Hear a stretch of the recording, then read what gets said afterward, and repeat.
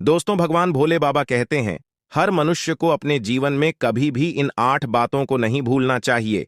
और जो व्यक्ति अपने जीवन में इन 8 बातों को कभी नहीं भूलता है, उसकी हर मनोकामना भगवान भोले बाबा शीघ्र पूरी करते हैं और वह व्यक्ति एक कामयाब और सक्सेसफुल अमीर आदमी बन जाता है। फिर उसके जीवन में कभी भी गरीबी नहीं आती है और वह व्यक्ति अपनी बीवी बच्चों के साथ में सदैव खुशहाल जीवन व्यक्तित्व करता है तथा कभी भी उसके घर में बीमारियों का वास नहीं होता है। वह सदैव धनवान व्यक्ति बना रहता है। परंतु मित्रों, जो स्त्री या पुरुष इन 8 बातों को अपने जीवन में भूल जाते हैं, उनके साथ क्या होता है? इस वीडियो को पूरा देखने के बाद आप लोगों को पता चल जाएगा और उन्हें कौन कौन सी कठिनाइयों का सामना करना पड़ता है। एक बार की बात है, भगवान भोले बाबा और माता पार्वती कैलाश पर्वत पर अपने नंदी के साथ में विराजमान होते हैं। तभी माता पार्वती कहती हैं, हे प्राणनाथ, आज मेरा मन बड़ा ही व्याकुल हो रहा है। आज मुझे बहुत ही ज्यादा बेचैनी हो रही है। हे प्रभु, कुछ ऐसा उपाय करो जिससे मेरा मन कुछ हल्का हो जाए। फिर भगवान भोले बाबा कहते हैं, हे देवी, ऐसा क्या कारण है जिससे तुम्हारा मन इतना व्याकुल है? आखिर मुझे ऐसा क्या करना चाहिए जिससे तुम्हारी व्याकुलता दूर हो जाए? फिर माता पार्वती कहती हैं, हे प्रभु, कोई ऐसी कथा सुनाओ जिसे सुनकर मेरे मन को कुछ शांति मिल जाए और पृथ्वी लोक पर मनुष्यों को कुछ ज्ञान भी प्राप्त हो जाए। तभी भगवान भोले बाबा कहते हैं, हे देवी, आज हम तुम्हें मनुष्यों के कल्याण हेतु एक बहुत ही महत्वपूर्ण कथा सुनाता हूं, जिसे सुनने के बाद तुम्हारा मन भी शांत हो जाएगा और पृथ्वी लोक पर रहने वाले मनुष्यों का कल्याण भी होगा। और हे देवी, इस कथा में मनुष्यों की ज्ञान की 8 बातें छुपी हुई हैं। जो भी मनुष्य इस कथा ध्यान और मन लगाकर पूरा सुनता है, वह जान जाता है कि वो कौन सी 8 ज्ञान की बातें हैं मित्रों। फिर आगे भगवान भोले बाबा कहते हैं, हे देवी, जो व्यक्ति अपने जीवन में इन 8 बातों को जान जाता है, वह बहुत धनवान व्यक्ति बन जाता है। उसके जीवन में कभी पैसों की कमी नहीं होती है और वह जल्द ही अमीर हो जाता है। दोस्तों, फिर भगवान भोले बाबा माता पार्वती से कहते हैं, हे देवी, आज आपको मैं एक अमीर बहन और गरीब भाई की कथा सुनाता हूं। आज की इस कथा और कहानी को सुनकर कि आपको पता चल जाएगा कि एक भाई और बहन का रिश्ता कैसा होता है और एक बहन और भाई को अपना रिश्ता कैसे निभाना चाहिए। साथ ही साथ आपको आज की इस कथा में जानने को मिलेगा कि आखिर मनुष्य गरीब क्यों हो जाता है और किन कारणों से मनुष्य के जीवन में गरीबी आ जाती है। आखिर ऐसे कौन से काम होते हैं जिनके करने से मनुष्य गरीबी के दलदल में फंस जाता है। हे देवी, आज की इस कथा से मनुष्य को ज्ञान की 8 बातें पता चलने वाली हैं।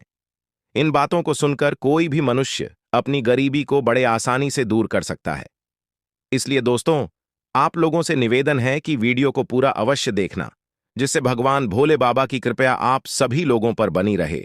नमस्कार दोस्तों, आप सभी लोगों से निवेदन है कि इस कथा को और कहानी को सुनने से पहले कमेंट बॉक्स में हर हर महादेव लिखकर, वीडियो को लाइक करके, चैनल को सब्सक्राइब करके बेल आइकन ऑल पर प्रेस कर लीजिए, जिससे आप सभी लोग प्राचीन कथाओं और कहानियों से जुड़े रहें।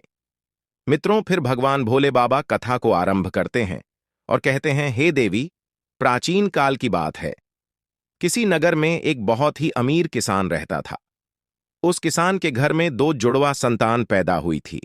उन दोनों जुड़वा संतानों में एक पुत्र था और दूसरी संतान पुत्री थी। किसान अपने पुत्र का नाम तो रुपेश रख देता है और पुत्री का नाम रूपवंती रख देता है। इधर धीरे धीरे रूपेश और रूपवंती बड़े होने लगते हैं। जब धीरे धीरे किसान की दोनों संतानें बड़ी हो जाती हैं, तो इंसान की जो पुत्री होती है, वह बहुत ही देखने में खूबसूरत दिखाई देती है। उसे पहले से ही अपने रूप पर घमंड हो जाता है और जो किसान का बेटा रहता है, वह थोड़ा सांवला दिखाई देता है। धीरे धीरे जब उनकी आयु एक दिन विवाह के योग्य हो जाती है, तो किसान को अपने बच्चों के विवाह की चिंता सताने लगती है।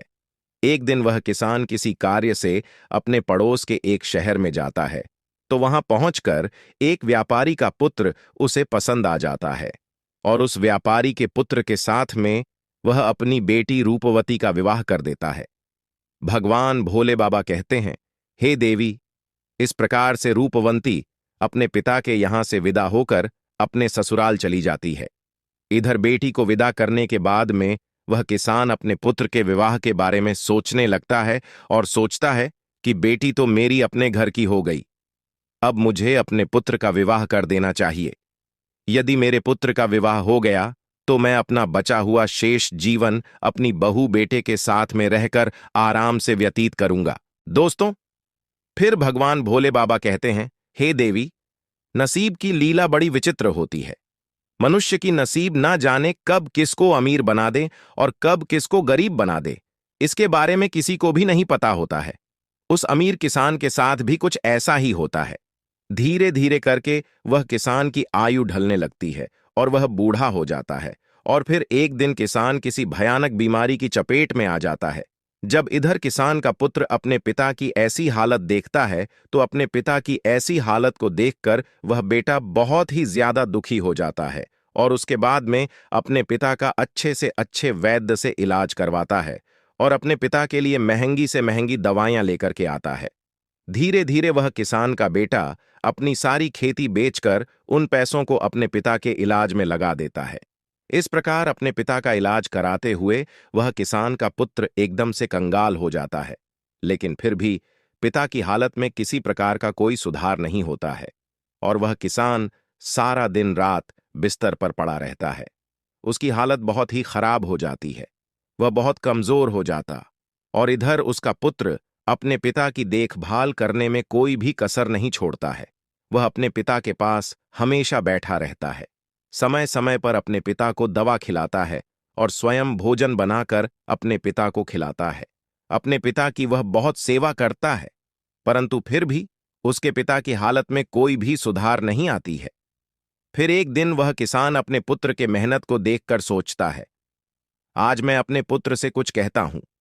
जब कोई भी दवाई उस किसान की बीमारी में काम नहीं करती है तो एक दिन वह किसान अपने बेटे को अपने पास बुलाता है और अपने बेटे रूपेश से कहता है कि हे पुत्र, जब भी कोई काम मनुष्य के सामर्थ्य से बाहर हो जाए, जब उसका कोई समाधान ना मिले, तो फिर ऐसे समय में उसको ईश्वर के भरोसे छोड़ देना चाहिए।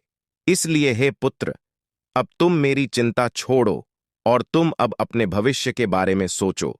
मेरा क्या है, मेरी तो आयु पूरी हो चुकी है, आज नहीं तो कल मुझे इस संसार को छोड़कर जाना ही है।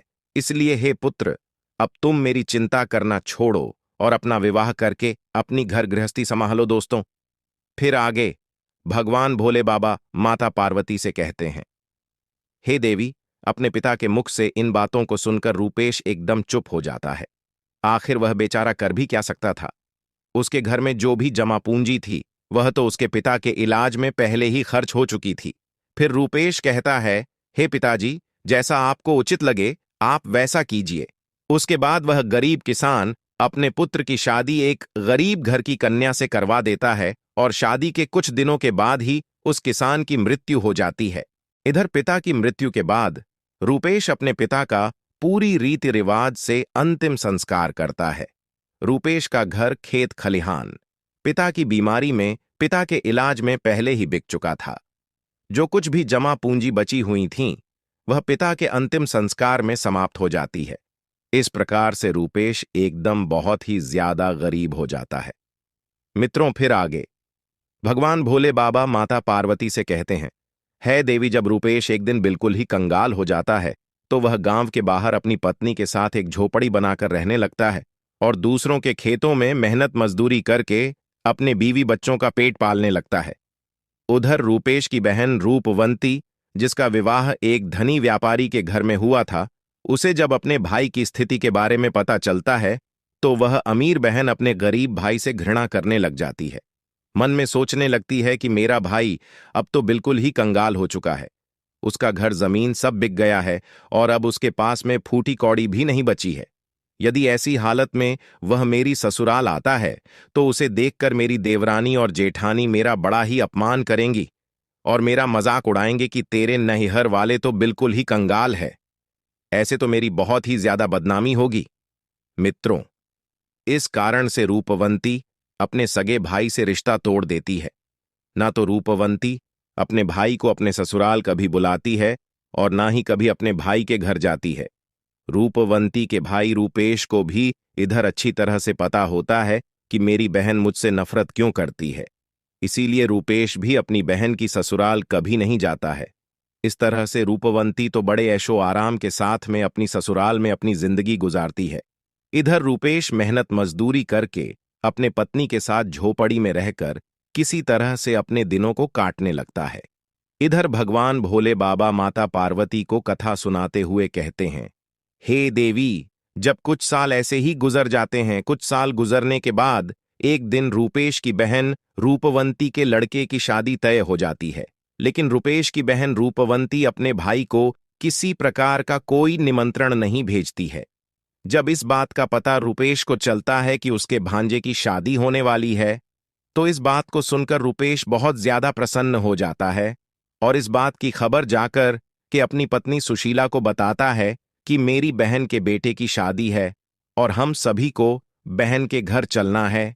जब रूपेश की पत्नी को इस बात की जानकारी होती है कि ननंद के बेटे की शादी है, तो वह भी इस बात को सुनकर बड़ी खुश हो जाती है और सोचने लगती है, चलो इसी बहाने से कम मैं अपनी ननंद से जाकर के मिलाऊंगी और उसके घर को देख आऊंगी। वह बड़ी खुश होकर अपने पति से कहती है कि मैं तुम्हारे साथ में जरूर चलूंगी, लेकिन पहले मुझे यह बताओ, क्या हमारी ननंद रानी ने हमारे लिए निमंत्रण भेजा है? मित्रों, अपनी पत्नी के मुख से इन बातों को सुनकर रूपेश बिल्कुल चुप हो जाता है। फिर रूपेश अपनी पत्नी से कहता है कि हे प्रिय, न्योता तो नहीं आया है, पर मुझे यह दूसरों के द्वारा खबर मिली है कि हमारे भांजे की शादी है। लेकिन इससे क्या फर्क पड़ता है, आखिर वह है तो हमारी बहन का ही बेटा। तब सुशीला अपने पति से कहती है, देखो, बात तो आपकी सही है कि आपके भांजे की शादी है, लेकिन बिना निमंत्रण के ननंद के घर जाना उचित नहीं है और आपको भी वहां नहीं जाना चाहिए। रूपेश अपनी पत्नी को समझाता है कि हे प्रिय, मेरी बहन के ससुराल वाले बड़े आदमी हैं, उन्हें हमारी याद नहीं रही होगी, या फिर हो सकता है कि उन्होंने हमें न्योता भिजवाया हो, लेकिन न्योता वाला पर्चा हमारे पास तक नहीं पहुंचा हो। इसीलिए हे प्रिय, तुम किसी भी प्रकार की कोई भी सोच विचार मत करो, बच्चों को तैयार करके मेरे साथ तुम बहन के घर चलो। मित्रों, फिर भगवान भोले बाबा कहते हैं, हे देवी सुशीला अपने पति की इन बातों को सुनकर कहने लगती है, हे पिया जी, यदि तुम जाना चाहते हो तो तुम जा सकते हो, लेकिन बिना निमंत्रण के मैं नहीं जाऊंगी। तब पत्नी के मुख से ऐसी बातों को सुनकर रूपेश कहता है, ठीक है, यदि तुम्हारी यही इच्छा है तो तुम बच्चे के साथ घर पर ही रहो। मैं अकेला रूपवंती अपनी बहन की ससुराल को चला जाता हूं। यदि ऐसे में मैं भी नहीं गया तो मेरी बहन की देवरानी जेठानी मेरी बहन को बात बात पर ताना मारेंगी और कहेंगी कि खर्चा ना हो जाए, इसलिए तेरा भाई नहीं आया। दोस्तों, इतना कहकर के रूपेश घर के अंदर से बाहर चला जाता है। दोस्तों, रूपेश बहुत ही गरीब और लाचार हो चुका था। जो भी उसके पास पैसे और धन संपत्ति थी, बस वह अपने पिता के इलाज में बेचकर लगा दिया था। अब तो उसके पास भेंट के रूप में वस्त्र खरीदने को पैसे नहीं थे, इसीलिए वह अपने दोस्त के घर जाता है और फिर उसका दोस्त घर से बाहर आता है। रूपेश अपने दोस्त से कहता है, हे भाई, हमारे भांजे की शादी है और हमारे पास उसे उपहार स्वरूप कुछ देने के लिए पैसे नहीं है, इसीलिए मैं आपसे कुछ पैसे उधार के तौर पर मांग रहा हूं।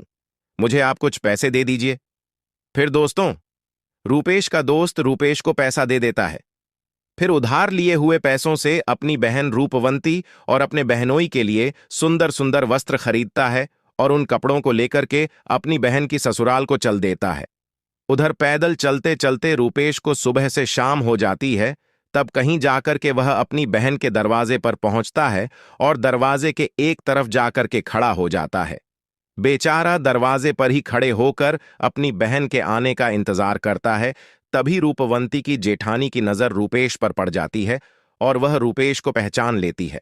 रूपेश को देखने के बाद रूपवंती की जेठानी जाकर रूपवंती को बताती है कि हे रूपवंती, आज तेरा भाई तेरे घर आया है, तेरे दरवाजे पर खड़ा है। दोस्तों, जब रूपवंती इधर अपनी जेठानी के मुख से इन बातों को सुनती है, तो वह अपनी जेठानी से पूछने लगती है, कहती है, हे बहन, यदि तुमने मेरे भाई को मेरे द्वार पर खड़ा देखा है तो मुझे यह बताओ, मेरा भाई मेरी ससुराल में किस हालत में आया है और मेरे भाई ने आखिर कैसे कपड़े पहने हैं। तो उसकी जेठानी कहती है कि तुम्हारा भाई फटे पुराने वस्त्र पहनकर तुम्हारे द्वार पर खड़ा है और वह तुम्हारे आने का इंतजार कर रहा है। यह सुनकर के रूपवंती गुस्से में भर जाती है और सभी की नजरों से बचते हुए अपने भाई के पास पहुंचती है। इधर रूपेश जब अपनी बहन रूपवंती को अपने पास आते हुए देखता है तो खुशी के मारे उसका चेहरा खिल उठता है। अपनी बहन को देख करके रूपेश की आंखों से आंसू टपकने लगते हैं।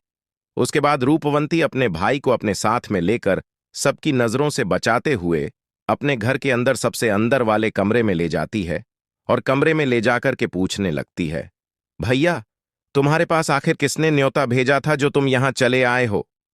तब रूपेश कहता है, हे बहन, तुमने तो अपने भाई को बिल्कुल ही भुला दिया, लेकिन किसी के मुख से मुझे पता चल गया कि मेरे भांजे की शादी है। इसीलिए मैं तुम्हारे लिए और तुम्हारे बेटे के लिए नए कपड़े लेकर आया हूं। अपने भाई के मुख से इन बातों को सुनकर के रूपवंती कहने लगती है, हे भाई, तुम्हें इस तरीके से बेशर्म की तरह मेरे घर नहीं आना चाहिए था। तुम इस तरीके से फटे पुराने कपड़े पहनकर मेरे घर तक चले आए। यह मेरे लिए बड़े लाज की बात है। कम से कम अपनी नहीं तो मेरी इज्जत का तो ख्याल करते। कम से कम तुम मेरे मान सम्मान का ख्याल तो किया होता। अब तुम्हारी तो कोई इज्जत नहीं है। कम से कम तुमने हमारी इज्जत के बारे में तो सोचा होता। रूपवंती के मुख से ऐसे कटु शब्द सुनकर वह मजबूर भाई का कलेजा छलनी हो जाता है। मित्रों, फिर भगवान भोले बाबा माता पार्वती से कहते हैं, हे देवी। तब रूपेश अपनी बहन के कदमों में गिरकर माफी मांगने लगता है और कहता है, हे बहन, मुझे क्षमा कर दो। मुझे नहीं पता था कि मेरी वजह से यहां तुम्हारी बदनामी होगी। तुम्हारी बदनामी ना हो, तुम्हारी देवरानी जेठानी तुम्हें ताना ना मारे, इसीलिए तो मैं तुम्हारे लिए वस्त्र लेकर आया हूं। यदि मुझे यह बातें पहले ही पता होती कि तुम मेरी वजह से इतनी आहत हो जाओगी कि तुम्हें मेरे आने से इतना बुरा लगेगा, तो मैं तुम्हारे दरवाजे पर कभी नहीं आता। भला मैं तो यह सोचकर आया था कि मेरे भांजे की शादी है। यदि मैं नहीं जाऊंगा तो मेरी बहन को मेरी बहन की देवरानी जेठानी ताने मारेगी। फिर रूपेश की बातों को सुनकर रूपवंती का गुस्सा जब थोड़ा सा शांत होता है, तब वह रूपेश से कहती है, चलो, जब तुम आ ही गए हो तो मेरी एक बात तुम कान खोलकर सुन लो। जब तक मेरे बेटे की शादी नहीं हो जाती, तब तक तुम इसी कमरे में बंद रहना और भूल कर भी इस कमरे से बाहर निकलने की गलती मत करना, वरना तुम्हें देखकर मेरी इज्जत दो कौड़ी की हो जाएगी। लोग कहेंगे, रूपवंती का भाई तो भिखारी है रही। भोजन की बात तो जब भोजन बन जाएगा तो मैं भोजन की थाली तुम्हारे कमरे में पहुंचा दूंगी। तुम भोजन खा करके चुपचाप पिछले दरवाजे से अपने घर को चले जाना। रूपेश कहता है, ठीक है बहना, मैं आज रात को ही तुम्हारे घर से अपने गांव को चला जाऊंगा। मगर मेरी तुमसे एक विनती है।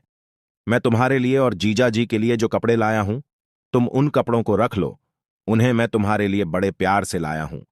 तब रूपवंती अपने भाई से कपड़ों को लेकर कमरे के बाहर चली जाती है और जाते समय बाहर से उस कमरे की कुंडी लगा जाती है। रूपेश उस अंधेरे कमरे में बैठकर अपनी बहन के वापस आने का इंतजार करने लगता है। मित्रों, इधर रूपेश उस अंधेरे कमरे में बैठा हुआ अपनी बहन के लौटने का इंतजार कर रहा होता है कि मेरी बहन मेरे लिए भोजन लेकर लौटकर वापस आती होगी। आज तो मुझे स्वादिष्ट भोजन खाने को मिलेगा। उधर वह निर्मोही बहन अपने भाई को उस कमरे में बंद करके अपने घरेलू काम धंधे में लग जाती है और भाई को भूल जाती है। शादी के काम धंधे में इतनी ज्यादा खो जाती है कि अब तो उसे याद ही नहीं रहता कि मेरा सगा भाई मेरे यहां कमरे में बंद है और मेरे लौटने का इंतजार कर रहा है। इधर जैसे जैसे समय बीतने लगता है, भूख प्यास की वजह से रूपेश छटपटाने लगता है और उसकी हालत भी खराब होने लगती है। तब रूपेश अपनी बहन को आवाज लगाता है, लेकिन उसकी आवाज को कोई नहीं सुनता है। इस तरह से रूपेश को उस अंधेरे कमरे में पड़े पड़े 2 दिन बीत जाते हैं। इधर रूपेश को अपने बीवी बच्चों की याद आती है। रूपेश सोचता है, यदि कोई नहीं आया तो मैं भूखा प्यासा इसी कमरे में मर जाऊंगा। यदि मैं मर गया तो मेरे बीवी बच्चों का भला क्या होगा? मेरे ना होने पर कैसे मेरे बीवी बच्चों का पालन पोषण होगा? रूपेश इधर यह सोचते सोचते बेहोश होने लगता है। तभी किसी काम की वजह से रूपवंती की जेठानी कमरे के पास से गुजरती है। जब रूपेश के कानों में रूपवंती की जेठानी की पायल की आवाज सुनाई देती है, तब रूपेश अपनी पूरी ताकत से उस कमरे का दरवाजा पीटने लगता है। तब रूपवंती की जेठानी के कानों में उस दरवाजे की आवाज जाती है तो वह दरवाजे को खोलकर देखती है तो अंदर रूपेश को देखकर चौंक जाती है और रूपेश से पूछने लगती है, कहती है, हे भाई, तुम्हें इस कमरे में किसने बंद किया था? रूपेश इस बात का कोई जवाब नहीं देता है। जब रूपवंती की जेठानी दोबारा पूछती है तो रूपेश इस बात को छुपा लेता है। वह झूठ कह देता है कि मैं इस कमरे में आराम कर रहा था। तभी किसी ने गलती से बाहर से दरवाजे की कुंडी लगा दी और मैं इस कमरे में बंद हो गया। बहन, यदि तुम आज नहीं आती तो मेरे प्राण पखेरु उड़ जाते मित्रों। फिर भगवान भोले बाबा माता पार्वती से कहते हैं, हे देवी। फिर इतना कहने के बाद रूपेश घर के पिछले दरवाजे से चुपचाप बाहर निकल जाता है और इधर अपने घर की ओर चल देता है। 2 दिन का भूखा प्यासा बेचारा रूपेश अपने घर को चल देता है। अंत में वह चलते चलते काफी दूर निकल जाता है। उससे ठीक से रास्ता भी नहीं चला जा रहा था, उसे एकदम चलते चलते चक्कर आने लगते हैं। जैसे ही रूपेश का सिर चकराता है और वह उसी समय जमीन पर गिरने वाला होता है, तभी माता लक्ष्मी वहां पर प्रकट हो जाती हैं और एक बुढ़िया के रूप में उसके पास पहुंच जाती हैं और वह रूपेश के गिरने से पहले ही रूपेश को संभाल लेती है और उस जंगल में वह बुढ़िया रूपेश को अपने पास बिठा लेती है। फिर जब कुछ घंटे बाद रूपेश को दोबारा होश आता है तो रूपेश स्वयं को एक बूढ़ी माता के पास बैठा हुआ देखता है। होश आने के पश्चात रूपेश खड़ा हो जाता है और खड़ा होने के बाद में उस बूढ़ी माता को प्रणाम करता है और कहता है, हे माता, तुम कौन हो मित्रों? फिर आगे भगवान भोले बाबा माता पार्वती से कहते हैं, हे देवी, जिस बूढ़ी माता के पास में वह बेचारा रूपेश बैठा हुआ था, वह बूढ़ी माता साक्षात माता लक्ष्मी थी। इधर रूपेश की पत्नी सुशीला रोज माता लक्ष्मी की पूजा किया करती थी और पूर्ण श्रद्धा भाव से माता लक्ष्मी की भक्ति किया करती थी। इसलिए जब रूपेश चक्कर खा करके गिरने वाला होता है तो उसी समय पर तत्काल माता लक्ष्मी प्रकट होकर रूपेश को संभाल लेती है और रूपेश को इस जंगल में अपने पास बिठा लेती है। जब रूपेश को होश आता है तो वह उस बुढ़िया मां को प्रणाम करके अपने घर को वहां से चलने लगता है। तभी उस समय पर बूढ़ी माता कहती है कि हे बेटा, तुम कहां से आ रहे थे और कहां जा रहे हो? फिर रूपेश बताता है कि हे माता, मेरे भांजे की शादी थी, इसी वजह से मैं अपनी बहन के घर से आ रहा था और इधर मेरा गांव है, मैं अपने गांव जा रहा हूं। तब बूढ़ी माता रूपेश से कहती है, हे बेटा, यदि तुम बुरा ना मानो तो मैं तुमसे एक बात पूछना चाहती हूं। तब रूपेश कहता है, पूछो माता, तुम मुझसे क्या पूछना चाहती हो? मित्रों, फिर बूढ़ी माता पूछती है, बेटा, यदि तुम अपनी बहन के घर से आ रहे हो, जैसा तुमने बताया कि वहां पर शादी थी, तो फिर लौटकर तुम खाली हाथ कैसे जा रहे हो? क्या तुम्हारी बहन ने तुम्हारे बीवी बच्चों के लिए कुछ नहीं भेजा? बूढ़ी माता के मुख से ऐसी बातों को सुनकर रूपेश की आंखों में आंसू आ जाते हैं। फिर रूपेश उसके बाद में उस बूढ़ी माता को अर्थात माता लक्ष्मी जी को सारी बातें बता देता है। इस प्रकार से रूपेश के मुख से पूरी घटना को सुनकर बूढ़ी माता कहती है, हे पुत्र, तुम किसी भी प्रकार की चिंता मत करो। जो हुआ उसे भूल जाओ, उसे जाने दो। यहां से कुछ दूरी पर मेरा एक बगीचा है। उस बगीचे में अनेक प्रकार के फल लगे हुए हैं। तुम उस बगीचे में चलकर के फल खाकर अपना पेट भर लो, क्योंकि तुमने 3 दिनों से कुछ भी नहीं खाया है। जब तुम्हारा पेट भर जाए तो कुछ फल तुम अपनी बीवी और बच्चों के लिए भी तोड़कर रख लेना। जब तुम्हारे बीवी बच्चे तुमसे मिलेंगे तो वह पूछेंगे कि तुम अपनी बहन के ससुराल से क्या लेकर आए हो, तो तुम कह देना कि मेरी बहन ने तुम्हारे लिए यह फल भेजे हैं। ऐसा करके बेटा, तुम अपनी बीवी बच्चों के सामने शर्मिंदा होने से बच जाओगे और तुम्हारी मान प्रतिष्ठा भी बची रहेगी।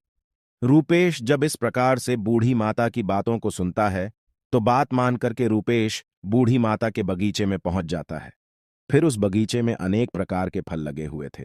तब रूपेश वृक्षों से फल तोड़कर खाने लगता है और जब उसका पेट भर जाता है तो फिर कुछ फलों को तोड़ करके वह एक टोकरी में रख लेता है और उस टोकरी को अपने हाथों में पकड़कर उस बूढ़ी माता के पास जाता है और बूढ़ी माता से आज्ञा लेकर अपने घर को चल देता है। तब बूढ़ी माता रूपेश से कहती है, हे पुत्र, जाते समय तुम मेरी इन 8 बातों को सुनकर जाओ। यह तुम्हारे जीवन में बहुत ज्यादा काम आएंगी मित्रों। फिर भगवान भोले बाबा माता पार्वती से कहते हैं, हे देवी, इस प्रकार से माता लक्ष्मी रूपेश को 8 बातें बताती हैं और उन 8 बातों को सुनकर के रूपेश अपने घर को चल देता है। जब रूपेश फलों से भरे हुए उस टोकरी को लेकर अपने घर पहुंचता है तो रूपेश का छोटा बच्चा और रूपेश की पत्नी पास आते हैं और पूछने लगते हैं, पिताजी, तुम बुआ के घर से आ रहे हो, आखिर बुआ ने हमारे लिए क्या भेजा है? यह सुनकर रूपेश अपने बच्चे और पत्नी से कहता है, आपकी बुआ ने आपके लिए यह बहुत सारे फल भेजा है। फिर रूपेश अपनी पत्नी और बच्चे के साथ घर के अंदर फल को लेकर जाता है और फल को रखकर वह बाहर चला जाता है। फिर उसकी पत्नी जब फल को उसमें से निकालकर काटती है तो उन सभी फलों में से हीरे और सोने चांदी निकलते हैं। जब वह आम के फल काटती है तो आम की गुठलियों की जगह सोने की गुठलियों निकलती हैं। यह देखकर रूपेश की पत्नी बहुत ज्यादा खुश हो जाती है। इधर उसका पति एक नदी के किनारे पर खड़ा होकर अपनी बहन की बर्ताव को सोचता रहता है। उसके साथ उसकी बहन के घर में जो भी घटनाएं घटी थीं, वह सब वो सोचता रहता है। तभी उसकी पत्नी दौड़कर अपने पति के पास में पहुंचती है और अपने पति के पास पहुंच करके अपने पति से कहती है कि तुम तो शादी में गए थे और तुम ये क्या लेकर आए हो दोस्तों। रूपेश अपनी पत्नी की इन बातों को सुनकर सोचने लगता है कि मेरे घर वालों को शायद फल पसंद नहीं आए होंगे, इसीलिए मेरी पत्नी आज मुझसे ऐसी बात पूछ रही है। मुझे तो अपने बच्चे के लिए लड्डू पेड़ा लेकर आना चाहिए था। तब रूपेश अपनी पत्नी से कहता है, हे प्रिय बहन ने जो कुछ भी भेजा है वह मैंने लाकर तुम्हें दे दिया। अब जो कुछ भी टोकरी में है उसको ही बच्चे को दे दो। तब पत्नी कहती है कि पहले तुम घर चलो और घर के अंदर चलकर देखो कि तुम्हारी बहन ने तुम्हारे लिए क्या भेजा है। यह कहकर सुशीला अपने पति के साथ घर चल देती है। घर पहुंचने के बाद सुशीला जब अपने पति को घर के अंदर ले जाती है और अपने पति से कहती है, इसे जरा देखिए तो सही, हमारी ननंद ने हमारे लिए यह क्या भेजा है। और इतना कहकर सुशीला रूपेश के सामने टोकरी का सारा फल जमीन पर रख देती है और कहती है कि आखिर हमारी ननंद ने तो हमारा भाग्य ही बदल दिया। उन्होंने फलों में छुपा करके हीरे मोती और सोने चांदी भेजे हैं दोस्तों। फिर जब यह नजारा रूपेश देखता है तो समझ जाता है कि मुझे रास्ते में जो बूढ़ माता मिली थी वह कोई साधारण माता नहीं थी, वह बूढ़ माता साक्षात लक्ष्मी माता थी। लेकिन इस बारे में रूपेश अपनी पत्नी को कुछ भी नहीं बताता है और मन ही मन उस बूढ़ माता को धन्यवाद देता है मित्रों। फिर आगे भगवान भोले बाबा माता पार्वती से कहते हैं, हे देवी, इस प्रकार रूपेश को बहुत सारा धन मिल जाता है। रूपेश पहले की तरह फिर से अमीर बन जाता है। कुछ समय बाद रूपेश अपनी बीवी बच्चे के लिए एक अच्छा सा आलीशान महल बनवाता है और बड़ी शान और शौकत के साथ राजा महाराजाओं की तरह उस महल में रहने लगता है। और सभी नगर के लोग भी रूपेश को ऐसा देखकर उसका मान सम्मान करने लगते हैं। धीरे धीरे करके इधर जब रूपेश का महल तैयार हो जाता है, जब उसकी राजा महाराजाओं जैसी शानो शौकत हो जाती है, तो एक दिन रूपेश की पत्नी सुशीला अपने पति से कहती है कि अब सावन का महीना आने वाला है और सावन के महीने में सभी स्त्रियां अपने पिता के घर जाती हैं, इसलिए तुम भी अपनी बहन के ससुराल जाओ और मेरी ननद को मेरे घर बुलाकर लाओ। इसी बहाने से वह अपने नैहर घूम जाएगी। इसी बहाने मैं भी अपनी ननद से मिल लूंगी। भगवान भोले बाबा कहते हैं, हे देवी रूपेश, जब अपनी पत्नी की ऐसी बात सुनता है तो रूपेश अपनी पत्नी के कहने पर फिर से अपनी बहन की ससुराल को चल देता है, परंतु इस बार भिखारी बनकर नहीं, एक राजा महाराजा के जैसे रथ पर सवार होकर और अपने साथ में 2 सैनिकों को लेकर जाता है और कुछ समय के बाद ही अपनी बहन के ससुराल पहुंच जाता है।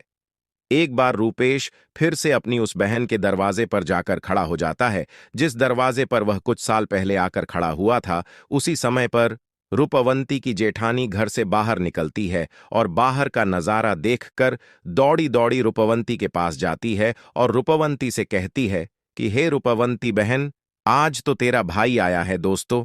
अपनी जेठानी के मुख से इन बातों को सुनकर रूपवंती कहने लगती है, हे बहन, कोई भी भिखारी मेरा भाई नहीं हो सकता, मेरा कोई भाई नहीं है मित्रों। दरअसल रूपवंती ऐसा इसलिए कह रही थी क्योंकि रूपवंती इस बार भी अपने भाई को भिखारी ही समझ रही थी। लेकिन जब उसकी जेठानी बताती है कि हे रूपवंती, आज तुम्हारा भाई भिखारी की तरह नहीं आया है, एक राजा महाराजाओं की तरह आया है। तुम्हारे भाई को देखकर ऐसा लग रहा है जैसे वह किसी राज्य का राजा महाराजा हो। तुम्हारे भाई के साथ में 2 सैनिक हैं। तुम्हारे दरवाजे पर एक बड़ी सुंदर सजी हुई रथ गाड़ी खड़ी है। भला एक बार जाकर तो देखो। रूपवंती जब अपनी जेठानी के मुख से इन बातों को सुनती है तो उसे अपनी जेठानी की बातों पर किसी भी प्रकार का कोई यकीन नहीं होता है और सच्चाई जानने को अपने भाई को छुप कर देखने लगती है। जैसे ही रूपावंती ने अपने भाई को उस रूप में देखा तो अपने भाई के पहनाव को देखकर रूपवंती एकदम से दंग रह जाती है और फिर सोचने लगती है कि कल तक तो मेरा भाई एकदम ही भिखारी था, पहनने को ठीक से वस्त्र भी नहीं थे, फिर एकदम से इतना अमीर कैसे बन गया। फिर रूपेश की बहन आरती की थाल सजाकर अपने भाई की आरती उतारने आती है उसके बाद में रूपवंती अपने भाई को बड़े आदर पूर्वक अपने घर में बुलाकर ले जाती है और अपने भाई से कहती है, भैया, मुझे क्षमा कर दीजिए। मेरी वजह से तुम्हें बहुत ही ज्यादा कष्ट हुआ है और तुम्हें शर्मिंदगी उठानी पड़ी थी। मित्रों, फिर भगवान भोले बाबा माता पार्वती से कहते हैं, हे देवी। अपनी बहन के मुख से इन बातों को सुनकर रूपेश कहने लगता है, बहन कोई बात नहीं, उस समय पर हमारे दिन कुछ अच्छे नहीं थे। तुम्हारी गलतियों के लिए मैंने तुम्हें पहले ही क्षमा कर दिया था। बहन, अब उन बातों को छोड़ो और तुम मेरे साथ मेरे घर चलने की तैयारी करो। बहन, मैं तुम्हें बुलाने को आया हूं। अब तुम्हें मेरे साथ में मेरे घर चलना है। तुम्हारी भाभी ने तुम्हें बुलाने को मुझे भेजा है। दोस्तों, इतना सुनकर के रूपवंती खुशी खुशी अपने भाई के घर पर चलने को तैयार हो जाती है और तैयार होकर के रूपवंती अपने भाई के रथ में बैठ जाती है। इस तरीके से जब रूपेश की बहन अपने नैहर में पहुंचती है तो अपने भाई की शान और शौकत को देखकर एकदम से दंग रह जाती है। वह देखती है कि भव्य आलीशान महल है और महल के अंदर अनेक प्रकार के नौकर चाकर घूम रहे हैं और अन्य के भंडार भरे हुए हैं। रूपवंती अपने भाई की ऐसी स्थिति को देखकर एकदम से हैरान रह जाती है और उधर रूपेश की पत्नी भी अपनी ननंद की खूब ज्यादा सेवा करती है। 10 दिनों तक अपनी पलकों पर बिठाकर रखती है। रूपेश की पत्नी सुशीला को ऐसा लगता था कि यह सब सानो शौकत हमारी ननंद की वजह से ही हुआ है। अपनी ननंद की मदद की वजह से ही हम इस मुकाम पर पहुंचे हैं, क्योंकि दोस्तों, रूपेश ने कभी भी अपनी पत्नी को अपने अमीर होने की बात नहीं बताई थी, क्योंकि वह जानता था कि यह सब रूपवंती की वजह से नहीं हुआ है, बल्कि उस बुढ़िया माता लक्ष्मी की आशीर्वाद से हुआ है। इधर रूपेश की पत्नी सुशीला इस बात से अवगत नहीं थी। यह सोचकर सुशीला अपनी ननंद की खूब ज्यादा सेवा करती है और अपनी ननंद का खूब ख्याल रखती है। कुछ दिन बीतने के बाद जब रूपेश की बहन का ससुराल जाने का समय होता है तो रूपेश की पत्नी अपने पति से कहती है कि हे पिया जी, तुम्हारी बहन अपने घर जाएगी, इसलिए तुम बाजार चले जाओ और बाजार जाकर अपनी बहन के लिए कोई अच्छा सा तोहफा लेकर आओ। पत्नी के मुख से इन बातों को सुनकर रूपेश घर से चला जाता है और एक मोची की दुकान पर पहुंचता है और मोची से कहता है, हे मोची भाई, मुझे अपनी बहन के लिए बोलने वाली जूती बनवानी है। क्या तुम मेरी बहन के लिए बोलने वाली जूती बना सकते हो? मोची कहता है, सेठ, मैं बोलने वाली जूती तो बना दूंगा, पर उसको बनवाने की बहुत कीमत लगेगी। तब रूपेश कहता है, हे मोची भाई, मैं तुम्हें मुंह मांगा पैसा दूंगा, लेकिन तुम ऐसी जूतियां बना दो जिन जूतियां को जब भी मेरी बहन पहने और उन्हें पहनकर चले तो वह जूतियां बारी बारी से इन 8 बातों को बोले। इसके बाद मोची को रूपेश वह 8 ज्ञान की बातें बताता है, जो बातें बूढ़ी माता ने रूपेश को आते समय बताई थी। मित्रों, फिल्म भगवान भोले बाबा माता पार्वती से कहते हैं, हे देवी। रूपेश मोची से कहता है कि हे मोची भाई, अब यह 8 ज्ञान की बातें मैं तुम्हें बताने जा रहा हूं। मित्रों, फिर इस प्रकार से रूपेश बारी बारी से 8 बातें उस मोची को बताता है। पहली बात बताता है, कहता है कि बात ज्ञान की है, कहीं मानव तू मत भूल होती है, अज्ञानता निर्धनता का मूल। दूसरी बात रूपेश बताता है, समय के भरोसे जो बैठता रहता सदा रहा गरीब, बिना काम बदले नहीं उका कभी नसीब। तीसरी बात रूपेश बताता है और कहता है, आलस कर रहता सदा जो परिवर्तनहीन वही कर्म कर फिर करे, कहता स्वयं को दीन। चौथी बात रूपेश बताता है, नहीं गरीबी से बड़ा है कोई अभिशाप हासिल करके ज्ञान को करो दूर। अब आप 5वीं बात रूपेश बताता है और कहता है, दोष समय को दो नहीं बनो, मजबूर कर्म साधना में जुटो करो गरीबी दूर। मित्रों, 6वीं बात रूपेश मोची को बताता है, कर्म कभी करता नहीं कोसे, सदा नसीब भाग्य भरोसे, जो बैठता वह मनुष्य रहे गरीब। 7वीं बात रूपेश बताता है, अज्ञानी पर ही सदा करे गरीबी वार विजय होता, युद्ध में ज्ञान सदा हथियार। 8वीं और सबसे आखिरी बात रूपेश बताता है और कहता है कि हे मोची भाई, मेरी बहन जब 8वां कदम रखे तो जूतियां बस यही बात बोले कि पैसों के बाजार में बदल गई तहजीब, धन दौलत से जुड़ रहे रिश्ते हुए गरीब। इधर रूपेश मोची से कहता है कि हे मोची भाई, ऐसी 8 बातें बोलने वाली मुझे जूतियां बना दो। जब भी यह 8 बातें वह जूतियां बोलेगी और जब मेरी बहन इन बातों को सुनेगी तो उसे अपनी गलती का एहसास होगा कि मुझे पैसे के घमंड में आकर के अपने भाई का ऐसा अपमान नहीं करना चाहिए था। मित्रों, फिर आगे भगवान भोले बाबा माता पार्वती से कहते हैं, हे देवी, इस प्रकार रूपेश उस मोची से अपनी बहन के लिए हीरे मोतियों से जड़ी हुई चांदी की जूतियां बनवाता है और उन जूतियां को ले जाकर अपनी बहन को उपहार स्वरूप दे देता है। चांदी की जूतियां को पाकर के रूपवंती का चेहरा एकदम खिल जाता है। उसके बाद रूपेश अपने नौकरों के साथ में रूपवंती को रथ पर बिठाकर उसके घर के लिए विदा कर देता है। इधर जब रूपवंती अपने ससुराल पहुंच जाती है तो उसकी देवरानी जेठानी पूछने लगती है, कहती हैं, अरे रूपवंती, तुम अपने भाई के घर से आई हो, तुम्हारे भाई ने तुम्हें क्या उपहार दिया है दोस्तों। तब रूपवंती अपनी देवरानी जेठानी को अपने भाई के द्वारा दी हुई भेंट दिखाती है। वह जूतियां दिखाती हैं और कहती हैं, देखो मेरे भाई ने मुझे चांदी से जड़ी हुई हीरे मोती से जड़ी हुई यह जूतियां दी हैं दोस्तों। तब उनकी देवरानी जेठानी कहती हैं, हे रूपवंती, जरा पहनकर चलकर देख तो कैसे लगती है। फिर रूपवंती उन जूतियों को पहन करके चलकर देखती है। फिर भगवान भोले बाबा माता पार्वती से कहते हैं, हे देवी, जैसे ही रूपवंती उन जूतियों को पहनकर चलती है तो जूतियां बोलती हैं कि पैसों के बाजार में बदल गई तहजीब, धन दौलत से जुड़ रहे रिश्ते हुए गरीब मित्रों। फिर भगवान भोले बाबा कहते हैं, हे देवी, जब रूपवंती इन बातों को सुनती है तो उसका शर्म से सर नीचे झुक जाता है और अपने भाई को याद करके एकदम से रोने लगती है। जब देवरानी जेठानी पूछती है कि रूपवंती, आखिर क्या हुआ जो तुम अचानक से रोने लगी, तब रूपवंती अपनी जेठानी और देवरानी को सारी बात बताती है कि हे बहन, मैंने पैसों के घमंड में आकर अपने भाई को कितना भला बुरा कहा था। मैंने अपने भाई को एक गिलास पानी तक को भी नहीं पूछा था। देखो मेरे भाई ने मुझे कितनी कीमती जूतियां बनवा कर दी हैं। अब तो मुझे अपने आप से घृणा होने लगी है। मैं तो जीना नहीं चाहती दोस्तों। तभी रूपवंती की जेठानी उसे समझाने लगती है कि हे बहन, जो भी कुछ हुआ उसे कुछ भूल जाओ। आगे से याद रखना, कभी किसी के साथ में ऐसा बर्ताव मत करना, क्योंकि जो व्यक्ति धन दौलत का घमंड करता है उससे माता लक्ष्मी हमेशा के लिए रूठ जाती है और उसके घर से हमेशा के लिए चली जाती है। इसीलिए मेरी बातें तुम सदा याद रखना मित्रों। फिर आगे भगवान भोले बाबा माता पार्वती से कहती हैं, हे देवी, इस तरीके से रूपवंती की जेठानी रूपवंती को 8 बातें बताती है। कहती हैं, हे रूपवंती, जो व्यक्ति रात्रि के समय रसोई में झूठे बर्तन रखता है और खाने पीने की चीजों को बर्बाद करता है, ऐसा व्यक्ति बहुत ही जल्दी निर्धन हो जाता है। दूसरी बात, जिस घर में घर की स्त्रियों का अपमान होता है उनकी इज्जत नहीं की जाती, उस घर में देवी लक्ष्मी ज्यादा दिनों तक नहीं रुकती। तीसरी बात, जिस घर की स्त्रियां सूर्यास्त होने के बाद अपने घर में झाड़ू लगाती है, चूल्हा चौका करती हैं, ऐसे परिवार के लोग बहुत जल्दी गरीब हो जाते हैं। चौथी बात, जिस घर परिवार में पैसों की कदर नहीं की जाती और फिजूल कार्यों में पैसे बर्बाद किए जाते हैं, ऐसे घरों से भी माता लक्ष्मी रूठक चली जाती है। पांचवी बात, जो लोग पैसे आने के बाद में उस पैसे से दूसरों की मान प्रतिष्ठा को ठेस पहुंचाते हैं या अपने धन के बलबूते पर दूसरे लोगों को परेशान करते हैं, ऐसे लोगों के घर से भी माता लक्ष्मी बहुत जल्दी दूर हो जाती है।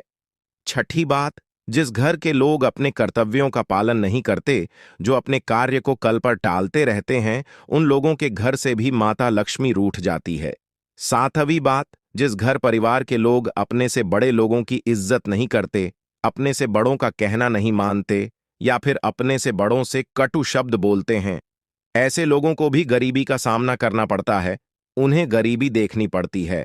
आठवीं और अंतिम बात, जिस घर परिवार के लोग अपने मेहमानों का सम्मान नहीं करते, अपने मेहमान का आदर भाव नहीं करते या फिर अपने द्वार से किसी याचक को खाली हाथ लौटा देते हैं, ऐसे लोगों से भी माता लक्ष्मी नाराज होकर चली जाती है दोस्तों। फिर भगवान भोले बाबा माता पार्वती से कहते हैं, हे देवी, इस प्रकार से रूपवंती की जेठानी